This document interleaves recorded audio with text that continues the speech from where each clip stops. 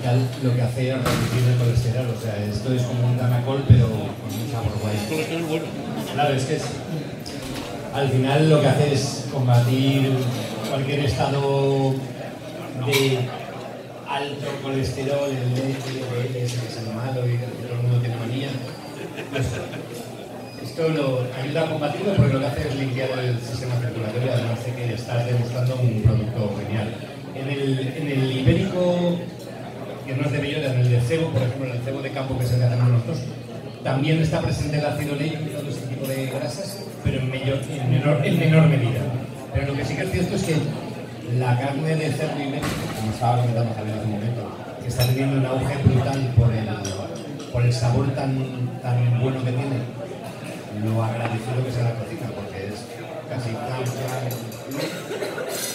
pues la verdad es que pues nada, hay que difundirlo. Hay que difundirlo, hay que todo lo que hacerlo. estamos mandando ahí, falta que gracias a los medios.